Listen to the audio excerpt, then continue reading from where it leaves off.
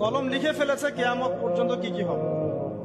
অতএব আপনার রিজিক নিয়ে এত টেনশন করার কোনো দরকার নেই। বিয়ে শাদী হচ্ছে না, এই জন্য কবরে গিয়ে মানত করার কোনো দরকার নেই। সময় মতো হবে ইনশাআল্লাহ। যখন রিজিক তাকদিরে লেখা আছে, সময় মতো ইনশাআল্লাহ হবে। তাকদিরের বাইরে রিজিক পাওয়া যায়।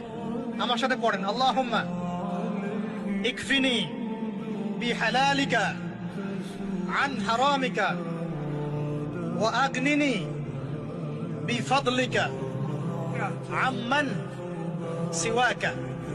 এই দোয়াটা পড়লে ইনশাআল্লাহ আল্লাহ পাকের শুকরিয়া যে যত বেশি আদায় করবে, আল্লাহ পাক বলেছেন লা ইন শাকারতুম লা আযীদান্নাকুম, তোমরা আমার শুকরিয়া আদায় করো, আমি তোমাদের প্রতি আমার নিয়ামতকে বাড়াই দেব। ওয়া লা ইন কাফারতুম ইন আযাবি লাশাদীদ, তোমরা যদি আমার অকৃতজ্ঞ হও, জেনে রাখো আমার আযাব বড়ই কঠিন। সবসময় চিন্তা করব আমাকে আল্লাহ কি দিয়েছেন, এটা চিন্তা করব না আমাকে আল্লাহ কি দেন নাই। আল্লাহ পাক আমাকে সুস্থ রেখেছেন, নিরাপত্তা দিয়েছেন, আমি খাচ্ছি, পান করছি। এই যে নিয়ামত, আল্লাহ পাকের যে অগণিত নিয়ামত, এটাকে স্মরণ করা এবং সেই অনুযায়ী শুকরিয়া আদায় করা, কবুল করানোর জন্য সেটা এটা। আমাকে যদি বলেন যে সব আপনার জানার মতো সবচেয়ে বেস্ট ওসিলা কোনটা দোয়া কবুল, আমি বলবো এটা সেটা হচ্ছে আপনি আল্লাহ রাব্বুল আলামিনের এই একত্ববাদের ওসিলা দিয়ে দোয়া করবেন। দোয়া করার আগে আল্লাহ পাকের প্রশংসা করা, আলহামদুলিল্লাহটাও আল্লাহ পাকের প্রশংসা, এবং রাসূল সাল্লাল্লাহু আলাইহি ওয়াসাল্লামের প্রতি দরুদ শরীফ পড়া একবার, অন্তত একবার, চাইলে আপনি অনেক পড়তে পারেন।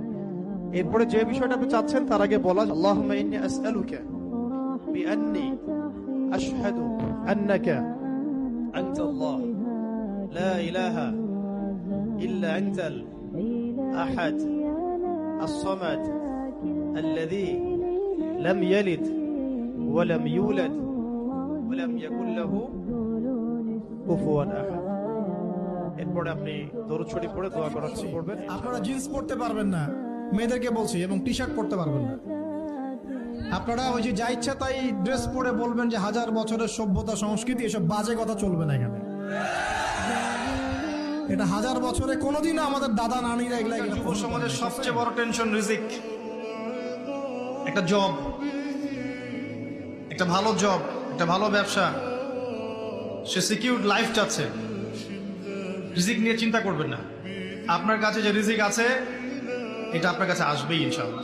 হয়তো সময় লাগছে, কিন্তু আপনার কাছে আসবে ইনশাআল্লাহ।